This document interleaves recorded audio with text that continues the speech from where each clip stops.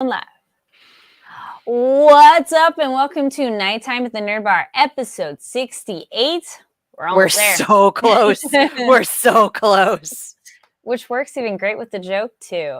Hey, anyways, what's up? Bringing you that Monday energy. We are live. If you're joining us live, join us in the live chat. And if you're watching later, no worries, comment down below. We're going to be talking about Demon Slayer. We also got Overwatch, as well as anime news and more. So stick around for all of that. Let's get into some introductions, because last time we were like, wait, what? Huh? Movie. Who are we? What happened? Hello. Huh? I'm Carrie Lane. And I'm Katie Cullen. Yes, and I just wanted to show my shirt this way. Yes, look at that. Look at nice. That. Yes. And I have the I believe they referred to this as the Fall of Beacon shirt from Ruby. Nice. Yeah. So I guess spoilers if you've never seen Ruby, and 2d6 of psychic damage for everyone who has. Volume 9 just ended last weekend, so we're gonna this past weekend. So I'll be talking about that and things to watch. Don't let me forget. I've been forgetting about it. About Ruby or about Ruby? Okay. We'll put a pin in that. I've been behind for 3 weeks straight. We did a marathon session to catch up on Saturday. Yeah. So it's for those of you watching the YouTube, it's about to be really wild. We got live chat going. We got Charles saying we're back. We back. Yes. Yeah, we are. John Knight says, hi ladies, just watched Dr. Stone season 3 English dub premiere. Nice. I watched the movie, but I haven't watched the new episodes yet, but I'm excited. All right. And then Gig Derek says, ow, the damage. Yep. Just for you.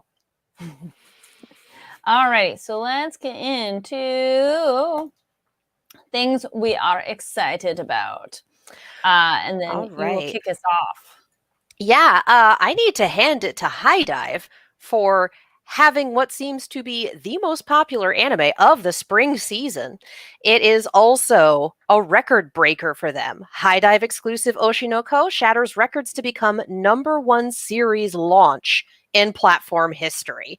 #1 in total streams and in new subscribers' first streams during the first 7 days of release, as well as delivering a record number of trial starts on its premiere date. So people are here for this show. It looks absolutely beautiful. I hesitate to read the blurb that I've been given about the plot, because I did have someone say the first episode's even more bonkers if you go in blind to the twist. That's fair. I think I'm going to go ahead and put that out there and be like, they're just looking at this like, oh, this is a heck of a twist. That sounds fun. Congratulations to High Dive for having this crazy performing anime, and check out Oshinoko. Nice. Also, shout out Rabbit Adler. Wait, I'm here. Yes. Yes, you made it. Yay. We love everybody in live chat. Go in there. Yes. There we go. And news from G-Kids. G-Kids acquires the North American distribution rights to Lonely Castle in the Mirror. So this is Japan Academy Prize nominated feature from acclaimed director Keiichi Hara. And it's going to have a summer theatrical release. And also part of it that's exciting, G-Kids celebrating its 15th anniversary as a producer and distributor of award-winning and artist-driven animation around the world. So also congrats to G-Kids. That's awesome. Yeah. So let me see if I have any more specific dates. Just says right now, says summer. It will have the original Japanese language and all new English dubbed. So stay tuned for that from G-Kids. Can you hit us with that plot summary down at the bottom? Because I looked at that and honestly, I love it. Synopsis. Okay. Yes. Shy outcast Kokoro has been avoiding school for weeks when she discovers a portal in her bedroom mirror. She reaches through and finds herself transported to an enchanting castle where she is joined by 6 other students. When a girl in a wolf mask explains that they have been invited to play a game, the teens must work together to uncover the mysterious connection that unites them. However, anyone that breaks the rules will be eaten by a wolf. fun. I'm not gonna lie, my brain just went fantasy Saw, and Yes! I know that's I hear that. that's Okay. not what this is Mhm. because Saw is a very specific sort of aesthetic. But like that is so intriguing. That Like does sound I am very in. interesting. Let's go. Yes. And then also looking back over the chat, throwing back to, I think this back to yours. Oshinoko is same manga author as Kaguya-sama. Kaguya-sama. There we go. I can So say then that. they are very good at the plot twists. All Yes. right. And then John Knight says, thing about reading synopsis, it tells you key on what will happen. Yeah, I tell a lot of people, I'm like, don't read it. Yeah, that is why I decided not to read the Oshinoko synopsis to let you guys experience it for yourselves. Charles says, always kids being whisked away to supernatural worlds that are too good to be true. Yes. It's like, we took you to this enchanted castle. I want to play a game. Like, yes. Gimme. Except instead of Billy rolling out on the little tricycle, it's a girl in a wolf mask. Like, you're meeting all my standards. Like, I'm in. This sounds amazing. Yes. What else do we got? Yes. Speaking of amazing movies, we have from Crunchyroll, One Piece film Red arrives on Blu-ray in July 2023. So, y'all, you've seen One Piece Red. You've seen this crazy film. You can now have it on July 11th. So, like, right after Anime Expo. So put in your pre-orders for that. There will be special features, including 3 special episodes that lead up to the events of the film, entitled "A Faint Memory," Luffy and Red-Haired's daughter Uta, "A Pledge for the New Genesis," Luffy and Uta, and "The Captain's Log of the Legend," Red-Haired Shanks, along with trailers and a web preview. So that's coming out on the 11th. Additionally, we are getting in July, we're getting The Devil is a Part-Timer, The Ancient Magus Bride, and more. So keep an eye out for that. Grab them from the Crunchyroll store. I would imagine that, all titles mentioned above will be available to pre-order on the Crunchyroll store. So giving you a little bit of gift-giving advice for those of you who know people who have spring birthdays, or if your mom is really into anime, for those of you who have a gift-giving holiday coming up.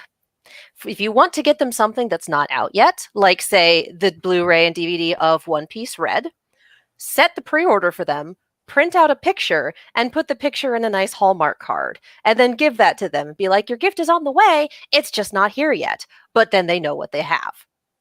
I've never done that, but that sounds like such a brilliant idea to, it works so well. It's like, that's awesome. It works really well for pre-orders and for things where shipping has been randomly delayed. So in this case, your pre-orders from the Crunchyroll store. And throwback shout out, we have interviews with the One Piece Red voice actors, which I will now link in the description because I was like, oh yes, I will add that. So that will be there shortly.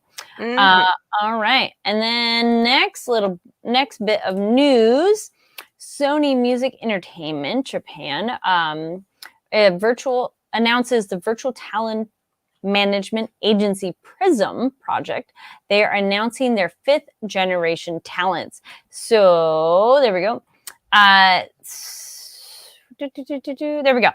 The 3 new talents, Amami, Ko Tsubame, and Lana Shikami, were selected out of more than 3,000 applicants from 20 countries worldwide and will join Sony Music and Prism Project globally managed virtual talents. So with eye towards bridging the gap between online and offline entertainment spheres. So I was like, that sounds really interesting and a little wordy for myself right there. So they're VTubers. They've been chosen. So I'm like, oh, okay. And then, so you can look at, I was grabbing their Twitter. If you want to know more information, you can check out Prism PROJ. So Prism PROJ over on Twitter. So they have a video with that announcing the VTubers. And so go check that out. I will link that in our Twitter, which there we have go. A lower third for. Yay! Hey! Go follow us on NTATNB on Twitter, because then we'll link pictures to the things we're also talking about as well.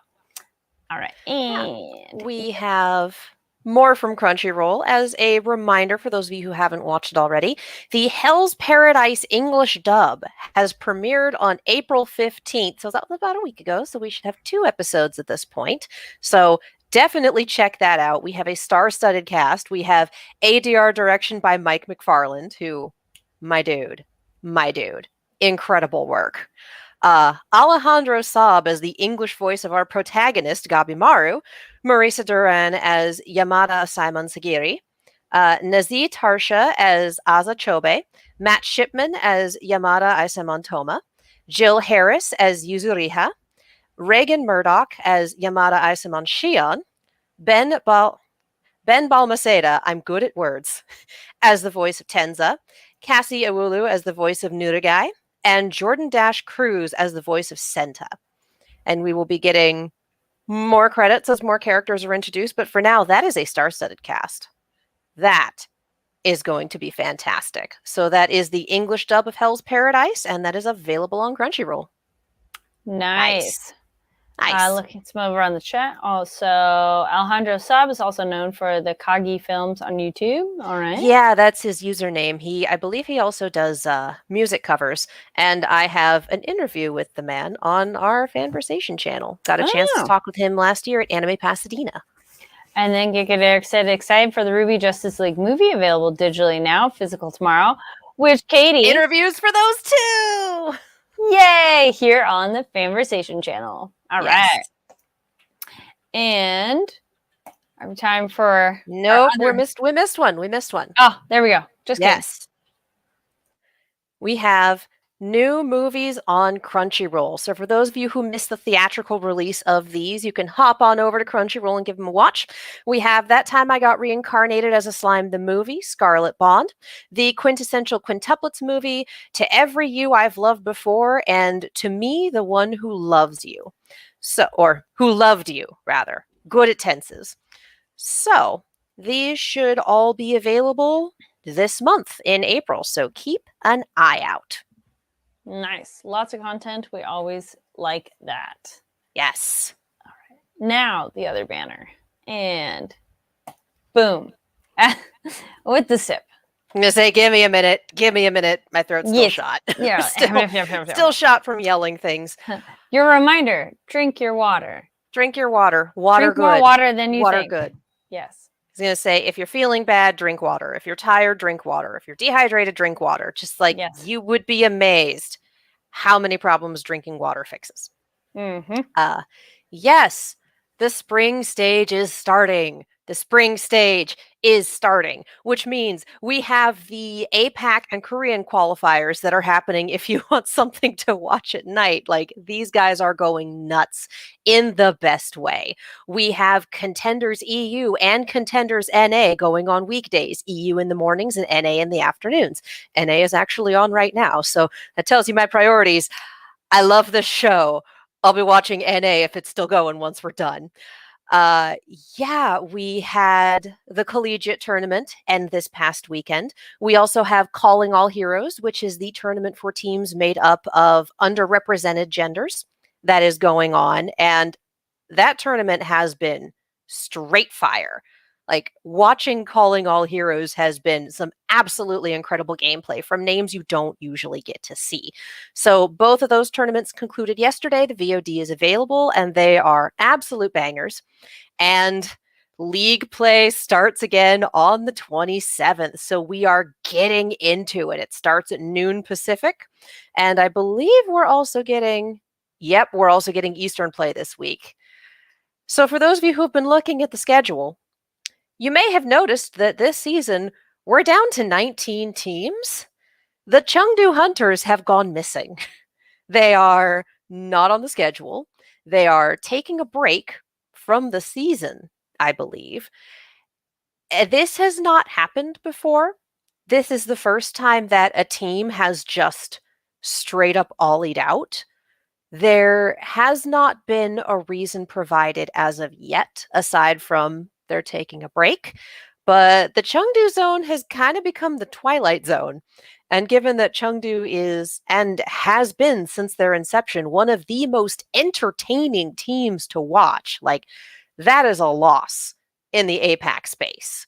So here's hoping everything is going well for the Chengdu Hunters. We miss you. We want you back when you're ready to return. And let's go nuts for the season starting in 3 days. I'll be here for it. You know I will. You are still muted, Carrie. I'll say nice. I had again. to turn it off of while I drink my water or cough. That's it. Yes, you're still on mute. There was a mug. Yep. I saw that gave someone that like on the one side it says you're muted. I was like, that's fantastic. All right. Yeah, and as always, message me, and I will assign you an Overwatch League team based on favorite colors, location, or just vibes. Just vibes. We do vibes here. It's fun. Yes. There we go. Now are we ready for our big show? Yeah, speaking of vibes. Speaking of, I get a weird vibe from that box. Woo! Yeah, so it's like, yeah. 2 It's episodes. like, that's an okay vase, and watching it go, that's a murder vase, that's a murder vase, that's a murder vase. So don't touch it! As my roommate so gleefully reiterated more than once, that guy got deboned! Yeah, that's a good way to describe it. Like, no, he's not deboned. Sure he was still alive, too. He's just heckin' broken. Like, and yes, Giga Jericho's double feature. Yes, it was very nice to watch these back to back, and I wish there was a third because I was like, wait, Demon Slayer giving us those and pause. They're like, just darn it, you know. The second episode really felt like a bridge episode. Like, it felt shorter than it was, and the third episode is where sillier. It was great though. But the third episode is where we really got the content, like where we really started taking off. Oh, I was thinking these two. I felt in 3 part of a lot of it was funny. There we go. Both of them were absolutely hysterical. Yes. But I felt one of them really got this silly. But it's just that break, you know, you're having this intensity and then and like definitely in episode 3, it's like we had a lot of silliness and then a dude got deboned and then we had more silliness and then things escalated really quickly. I mean, they got out of hand. And out of body? Can we just start talking about these? I think it's is it upper 3 and upper 4? No, it's 4 and 5. Because 3 is Akaza. Well, because then they were doing like upper rank, and so it's like top 5. Well, because the meeting was the top 5. Yeah, but the 2 that we have here, I think the vase is number 4 and the coward is number 5. I could be backwards. Chat, please correct me. I think it's backwards because I thought it was surprising that this guy is higher when he was like the weird scaredy cat, and then you're like, I guess. Oh. Yeah, because 3 is Akaza, and 2 is the weirdo, and then 1 is the ancestor who keeps showing up. But yeah, just like we knew, we saw what Pot Guy was capable of. We've seen this. I'm sure they have names. I don't remember them. Again, chat. We've seen what he's capable of. So we got that moment of deboned and then going, maybe we just won't eat this guy, whatever. Like, he tastes bad. We'll figure something else out. But the fact that we have Hatengu, thank you. The fact that we have a Hydra situation, Pot of Greed and Russian nesting doll. I'm here for it. I would say Pot of Greed and Hydra. But the fact that we have a Hydra situation with him, where you cut the head off, we don't get 2 heads growing, we have 2 new demons now. And evidently it works with every time you cut off a body part, it grows a head and does a murder. Yeah. Like, I love this as a concept. And the idea that all of them are based on emotions. We saw that one was pleasure. We saw that one was joy. My guess is that the one with the staff would be anger or rage. No idea what the one with the spear is. Like, we're up to 4 at this point. The harpy is joy. And I love this. I want to know what all traditional things they're based on, given the fan, given the staff, I believe, is a very priest sort of thing. I love it. And I love that they are all specific about the spear one is sorrow. Thank you. But that makes me think that our OG one is fear. And that's why he was always just so afraid of everything. Because if all of the iterations function on one single emotion, then it makes sense that that one would be fear. And then they start changing once you start splitting them apart. But it is very much a Hydra, can you cool it with the head thing situation. And I loved that. Relaxation. I didn't remember noticing that one. Yeah, it was subtitled as pleasure. Oh, that makes more sense. Yeah. Yeah, it was subtitled as pleasure, which initially made me think that the one with the staff was going to be pain. And then they started splitting again, and we got more emotions. And it's like, okay, pain's not actually an emotion, it's a sensation. Semantics are over there. But yeah, if you can't do the head slicing thing, how do you beat this one? And Tanjiro bringing in the, wait, if it's going to split like that, we have to cut the heads at the same moment. Wait, no, it doesn't work that way.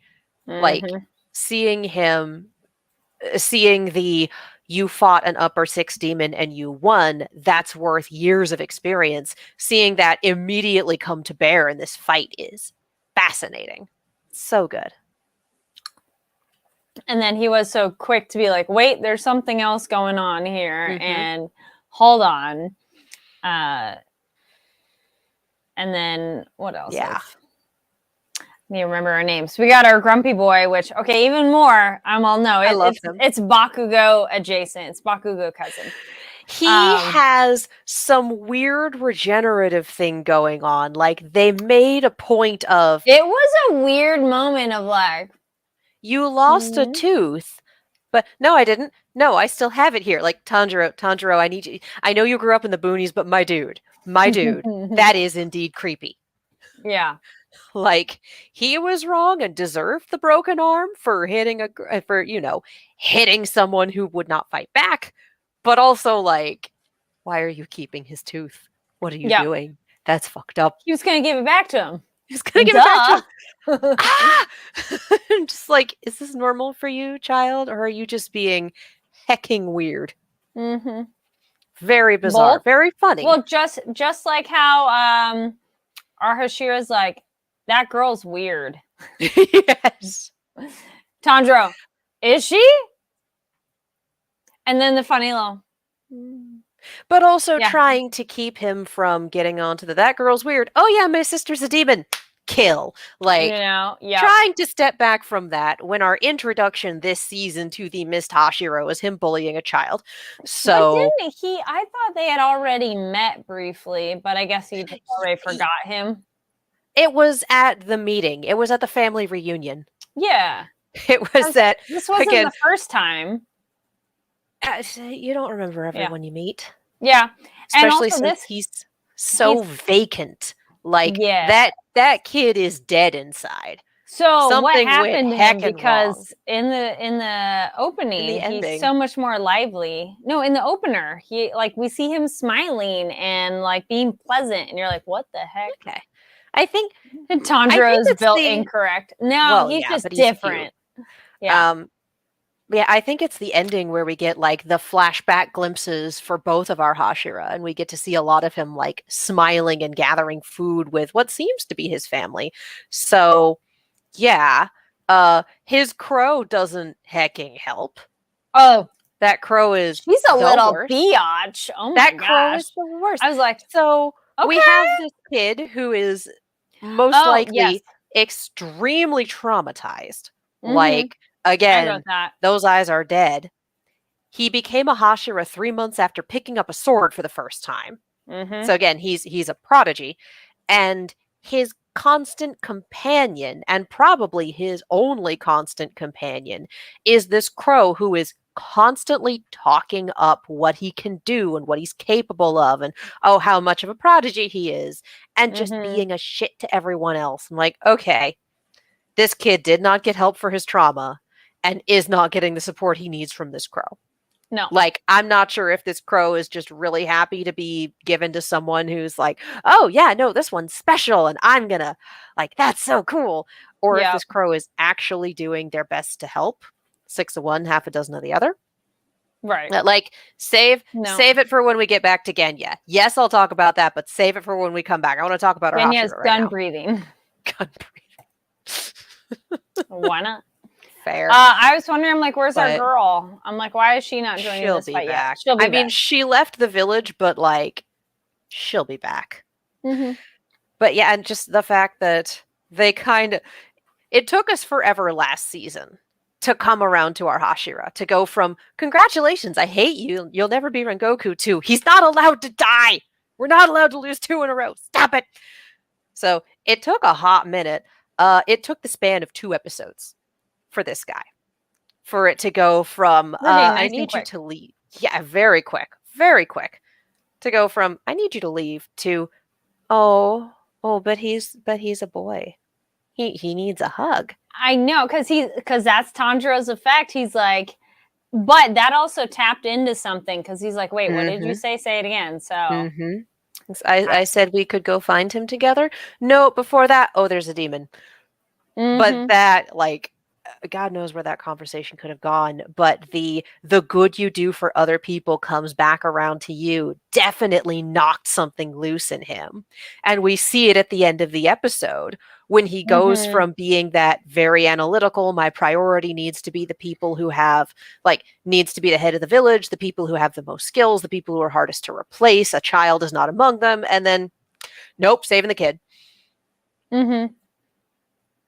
So just seeing that turnaround, seeing that effect, like the show don't tell of it all. I love it. I love it. So good. I was gonna say, speaking of kid, I love that kid so much. He was very entertaining, and his training session with Tanjiro was hilarious. And good point though, because it's like, if you are this weak now, you're gonna get your ass whooped as you go, because it's only getting harder. So you need a different kind of training. So loving that training session and that special toy, essentially. Yeah. Which we were all wrong on what that thing is. Yeah. That was out of left field. I'm like, it's a training dummy. Oh, okay. And then also that fun realization. Yep. That doll. And then, yes. So 300 years old. So that guy. Yep. Is at least from that past. It's 300 years ago. So that answers that question. And the whole, how'd you know about the parts he weren't there for, memory for Tanjiro is, yeah, sometimes memories are just passed down through DNA. Sure. Okay, show. Sure, Jan. I'll buy it with this show and with Tanjiro. Yeah. You take that on the same level that you take, if you breathe a certain way, you can close that stab wound. Like, alrighty. Sure, that's just sure. that's the magic system for this show. I will accept that. Super fighting robot Yoriichi. Yeah. Yep. No, it's and then having it based on that warrior from was it the Sengoku era? I think it is the Sengoku era. Something like that. Because we're in the Taisho era right now. I believe it was the Sengoku era. It was, oh my God, 300 years ago. And his sword techniques were so incredible that they needed to give him this doll 6 arms to mimic them. Like, okay. All right.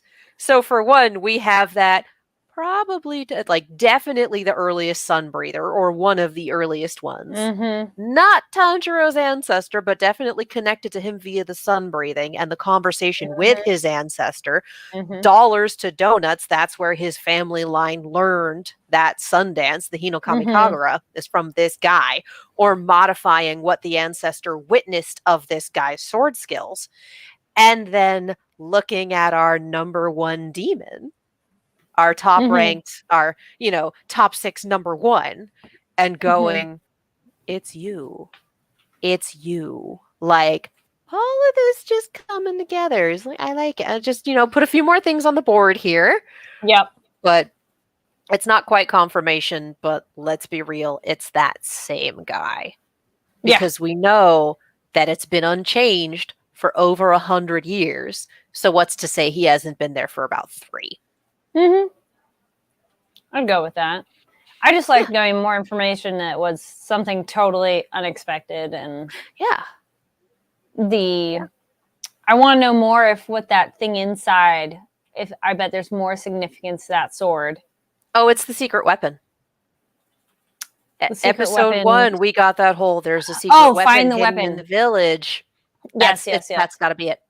So how did she? Well, do you think she knew where it was, or just that it was in there? Okay. No, I think it was like, I don't think if anyone knew that it was in that doll, it would not have remained in that doll.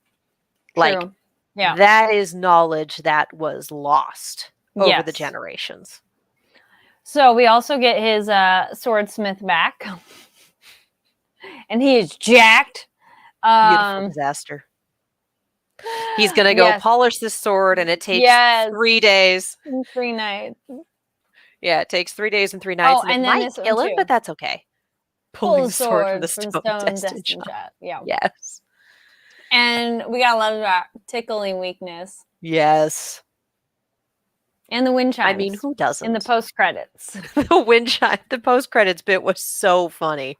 Oh my god! Again, just the humor in these episodes. Yeah. But also pointing out, like, yeah, no, he made another sword for you. Like, a lot of people have rejected him because he's so hard to work with. But you're out here going, please, sir, can I have some more? And it's like, oh, we're like, he could have asked for another one this whole time. He could have asked for another one. You could have had someone else calling him out too. The kid going, yeah, he's an ass. People have a hard time working with him. I was like, really? It's like, yeah, he straight up said he wasn't going to send you another sword, and then he disappeared for God knows how long. So, like, because he was training to make a better one, because nobody wants him, but Tanjiro does. And I mean, to be fair, Tanjiro is very good at, this guy's impossible to work with, and he's an ass. And now it's like, that guy is now ride or die for this kid. Like, Inosuke. Mostly Inosuke. But Inosuke's easy mode when it comes to that noise. What were some other things of It's just older brother skills. He was the eldest brother of like what, 6 or 7 kids? Oh, Tanjiro? Yeah. Yeah. Oh yeah. Dealing with like so many. Yes. And he knows how to braid his little sister's hair. That was so cute. Seems like he just learned because he was doing the whole, all right, like, this goes here, this is this, like, this is a new skill. Now you look like your idol. It's like, and Nezuko being really happy with that, and also just being ready on a dime to throw down. Yes, but also the, hey, hold back, don't go full mode. No beast mode right now. So we can't afford to do beast mode right now. Like, no. Yep. And it's like, we're going to be doing beast mode pretty fucking quickly. Probably I think. Soon. We need to get her to train that she can go in and out of that more effectively. To be able to control it. Yeah, that's a good point too. Action started real quick this season. Already multi-person fight and and then rating it like Mitsuri. So cute. It was very cute. Yeah, no, it was very, again, that's why I made this escalated quickly. This really got out of hand because, like, usually it takes a minute or so to really get us into, and this is the demon we're fighting. This one's like episode 3. We put the entire training montage. We put the whole training montage into one episode. We got voiceover saying he got his stamina back. It took him 5 days to figure out this is a different scent that I can pick up now to read things. Yes. Because it was a very good point of, you're not actually anticipating your opponent's moves. You're just acting on your own instinct and memory. And it's gotten you through so far, but it's not gonna from here on in. Yeah. So... I would semi-beg to differ that starving your trainee is not effective. No. You need to feed them. Yeah. And just the whole, like, making the point that this kid is 10. He doesn't actually understand what the human body needs or what the human body can withstand, and that a human will die of dehydration in like 72 hours. Like, this is true, actually. If it's between finding food first or finding water first, again, We talked earlier about how drinking water is good for you. Like, you will die without hydration in 72 hours. Water good. Survival things. Always make sure Tandro you can has find not water. used water breathing in a minute. Yeah, it has been a while. I'm like, when was last time he did Because water he can breathing? actually manage the Hinokami Kagura now, at least for a little bit. But I wonder if one, would be better suited for a different opponent, or situation. I don't think we're going to go back to water breathing for a hot second. Mm. Like, we've hit this thing that's it's protagonist important. It's protagonisty, which makes me think that it'll be sticking. It's protagonisty in a way that water breathing isn't. So it's going to be sticking around. And the fact that he's at the point where he can start using it more frequently without being one and done. Like, yes. if he can use the Hinokami Kagura, which is a lot stronger and better suited to him, there's no reason to go back to water breathing. True. I would just think it might vary depending on what kind of opponent you had, that it might I don't think it... I don't know. Because the thing is, again, this is where we get into, is this sword styles or is this fucking magic? And the answer is, But yeah, that's true. Because this is like, do they see that too, or is that just for our benefit? You know? Because the idea for all of these is it's not actually bringing water into it or mist or fire or whatever. It's just a specific sword style and a specific technique within it. In that way, the Hinokami Kagura literally has actually brought fire somehow. Yeah. Like, no, it hasn't. I'm thinking of like, the spider webs. No, Nezuko burned those. Nezuko is the one that is physically capable of lighting things on fire.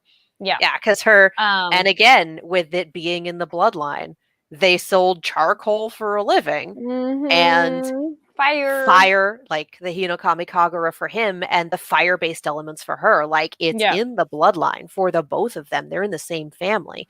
But I don't think for the Hinokami Kagura, he is actually, like, summoning fire. I think that's just an affectation for the audience, which is incredible. But you kind of got to keep that in mind.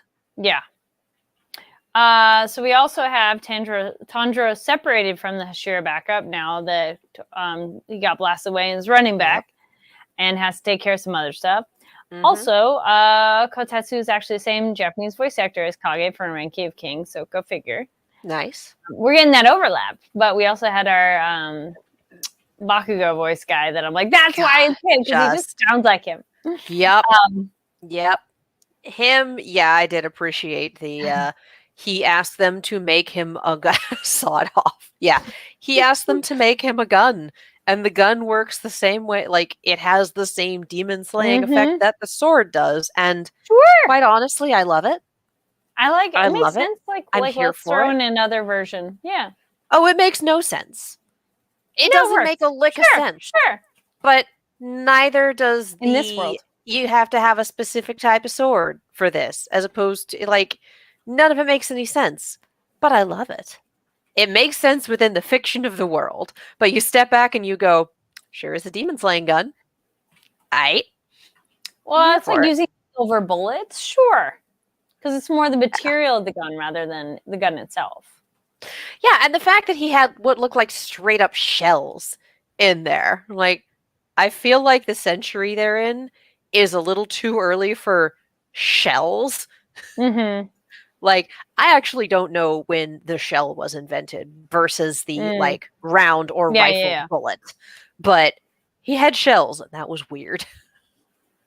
Like, shells are, I think. Oh, yes, wait. I don't know about the history of guns, but shells are a little more modern.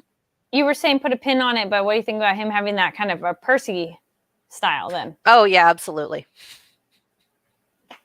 Getting those Personally, vibes. I think, Percy would win in a fight, obviously, but, I don't know. Our guy might have regenerative things that we don't know about, though, too. That's fair. I hate for this to become like an anime, well, you're an anime only sort of thing, but like, having lived through the entirety of campaign 1 in tabletop form, Percy is capable of some bullshit. Percy is capable of some bullshit. So, I don't Fair. see people regenerating from a gunshot wound to the head. Yeah. That's it's a Well, little. he lost A a tooth is one so- thing. Tooth is but one thing. That's a little we much to know ask. how it regenerates. Yeah. What was That's fair. But that also means that we see this spear wound and we're like, oh no, he's down for the count. Well, probably not if he's got some regenerative capabilities that will let him grow back a bone. Mm-hmm. So who knows? We're looking at this 15th or 16th century, and then Rab says shells might have started coming out handmade workshops in the 1600s. Okay, fair enough. Fair enough. Possible. I go with yeah. Sure. All right, I'll roll with it. Sure. Anything else that stood out to you in these two? I think that's most the big things. I'm just laughing at about how unnamed 300 years ago dude we went from never seeing hide nor hair of him to being inundated with this guy in this season. Just like, remember him? We got a lot more on him. Yes. We got like 2 seconds of him in the previous season, and we got to see Daki freaking out about it.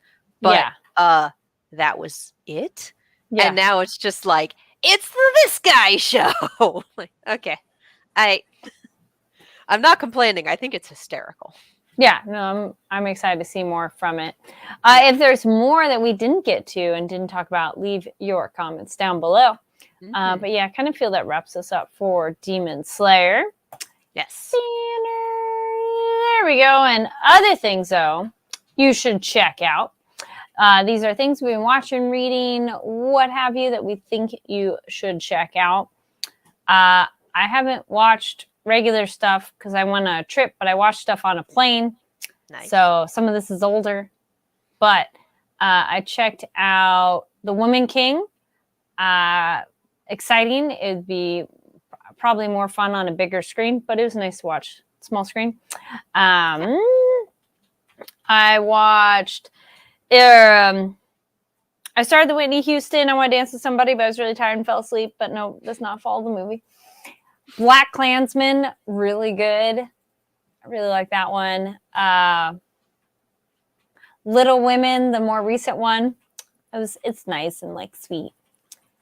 And catching up on an older one, Love and Basketball. So that was classic, like 90s. So, or 90s, might be 2000s. I don't know. Good roundup of different things across the board. Also, just looking at, yes. I was looking over at the chat real quick too. Giga Derek says, "How long is this season?" Good question. If anybody knows, please let us know because I'm all good. How many episodes did we have? Last season was kind of weird because we had Mugen Train, but then Mugen Train got divided up, and then our usual is about 26, so that would be my guess. Yeah. Then also Charles says, we saw a silhouette of him when Tanjiro first saw Muzan, and that's how Muzan recognizes the earrings on Tanjiro. Yes. That's fair. The earrings were also on the training doll, which I find hysterical. Yes. And then the kid didn't even know. Actually, I was a little bit surprised that the kid didn't go, hey, you have the same thing, because he seems so observant. Like, that is a weird, such a small detail that you go, how many people have those earrings, though? Wait. Yeah, like, is it a popular design? Like, because it could be that. Like, maybe this is a trendy, well-known design, or is it a family line thing? Like, yes. Because, Muzan was identifying him as, like, kill the Demon Slayer with those earrings. Yeah. Kill the Demon Slayer who has those earrings, not use those earrings to kill him. Yeah. Which, grammar.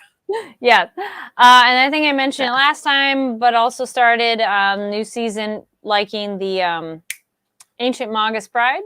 And we got Giga Derek in the chat said started Eminence in Shadow and restarted your boy Kong Ming. Nice. And what about you? I finally caught up with Ruby. Nice. And finished it because the season finale dropped this weekend. And this volume was absolutely incredible. There's been so much fantastic storytelling in Ruby, and this volume really took the opportunity to go, you know what, let's step back for a moment. Let's take a look at all these characters and let's really kind of look at how they tick. Like, there were some things that happened this season that were absolutely phenomenal. Just characters created, the animation was good. Some of the character designs for the new characters, like the Curious Cat was my fave, and was also the only new character whose design was completely lineless, which is not an easy thing to do when you're animating in a 3D space. You could tell, and it looked great. And also voiced by Robbie Daymond, who straight up killed it. Not bad for a new character this season, but just, I don't want to go into much more for people who have not been able to watch RWBY yet or who are not caught up on Volume 9. That season finale was everything I wanted from this season. And also, if you have not seen RWBY yet, watch it. It's all available on Crunchyroll. Volume 9 is exclusively available on Crunchyroll. So, like, sit yourself down, do a marathon. Each season ranges between an hour to 2.5 hours. So you can get caught up over the course of a weekend, give or take, if you're like in marathon mode, or the course of a week if you just kind of want to watch the equivalent of a movie every night. But it takes a little bit of time to get going, but once it takes off, damn. So, RWBY, highly recommended. Aside from that, it's just been a lot of Overwatch VOD, a lot of watching other people play Breath of the Wild in preparation for Tears of the Kingdom, dropping like 2 days before my birthday. Yeah, no, it's been the same. Yes, support that official release. If you want Volume 10, you got to support Volume 9. But yeah, it's mostly been the same. I have been putting YouTube and reality TV in my eye holes because that is the stress reliever for me. Still watching Next Level Chef. Still love Next Level Chef. And I've been watching all of the episodes that I haven't seen yet of Cutthroat Kitchen, which is an absolutely insane show. And Alton Brown is the definition of chaotic evil as that host, and just highly recommended. Highly recommended. It's a cooking show, but it's completely insane, and it's so much fun to watch. Nice. Yeah. Sometimes, yeah, I enjoy reality shows. They're just something to dip into and be like, I don't even know what's going on. Just entertain me for a little bit. All right, cool. Thank you. Yes. It's like, I'm going to kill 2 hours. And like, great, that's 2 episodes of Cutthroat Kitchen. What are they making? Empanadas. Amazing. Oh, that guy has to make his out of white bread. Also amazing. Just Cutthroat Kitchen is great in that sort of, I'm just here to watch the chaos unfold fashion. Hey, sometimes that's a good way to. Oh yeah, it's great stress relief. It's great stress relief. Look at all these talented people doing this thing that I do not have the skills for, but being sabotaged every step of the way. I'm not going to sit here and say I could do better, but I am going to watch. Yes. Yes. Oh, there we go. Reminder to follow us over on NTATNB. So that's nighttime at the Nerd Bar. As well as here on Fanversation and Twitter Fanversation. And Katie, where can they find you online? Anything you're working on? Yeah, you can follow me all over the social medias as well as on YouTube and Twitch at Kiaxet. That is Kiaxet. I've just been having fun on the Twitch stream. We played the Murder of Sonic the Hedgehog, which was a total blast. Highly recommended and free on Steam. For those of you who have been watching RWBY or who just like reaction videos, they live on that YouTube channel, as well as the Twitch VODs for those of you who missed it. I am also a co-host on Silver Screams on YouTube, which is a horror-themed YouTube channel. We most recently sat down and talked about the newest Scream movie for about an hour and a half, and it was great. At some point, probably this week, maybe next week, my roommate went to go see Evil Dead Rises, which I will not be seeing. And exactly. Like, I watched the trailer there's actually, if you want to see it, we have a trailer reaction on that channel to that. The cheese grater rolled out and I damn near transcended reality. I almost left the dimension. So at some point we will be sitting down and talking about that, where we do our nice little interviews where I ask her what happened in the movie and we have fun. So keep an eye out on Silver Screams for that. Nice. Well, it's a Schadenfreude, right? We just enjoy you freaking. Schadenfreude. Thank you. Of like, Yes, no. yes. Yep. CHADENFREUDE. Thank you, Avenue Q.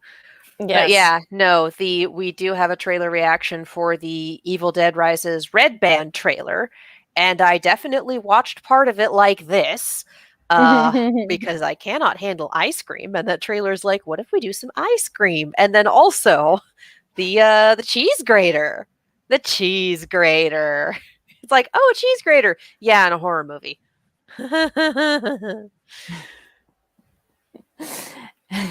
I asked her how that when she got home, I asked her how the cheese grater scene was, and she just went, effective. Like, oh, well.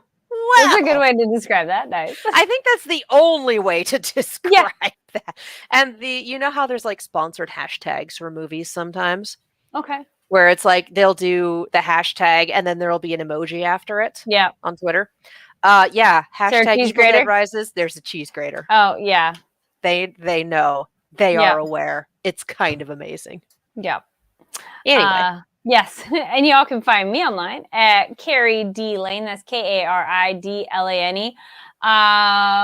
Posted here recently on the Fanversation channel. I spoke with the director for the new film Sweetwater, so you can watch that interview, as well as for those of you who are nerdy folks, as well as other just like movies, Carrie Elway's interview on here as well, because he's in that movie. So go check it out on the Fanversation channel. You can see Carrie and Carrie. Yeah, yes, and I had that clip because I thought that was so funny. Because I mean, how often that has not happened? Because I know Kari, and we spell our names the same way, but it's pronounced differently. So it's Kari and Carrie. But this was a first Carrie and Carrie interview. Yeah. So that was very entertaining. But I think that's it of big things right now. But otherwise, yeah, just follow me on the social medias because there's stuff there and here on Fanversation on all platforms as well. And let me get back to you. Yeah. So thank you all. Missed the One Piece Red interviews or the Ruby and Justice League interviews, those going to be linked below. Yes. So thank you all for tuning in, and we'll be seeing you next week. Bye. Bye.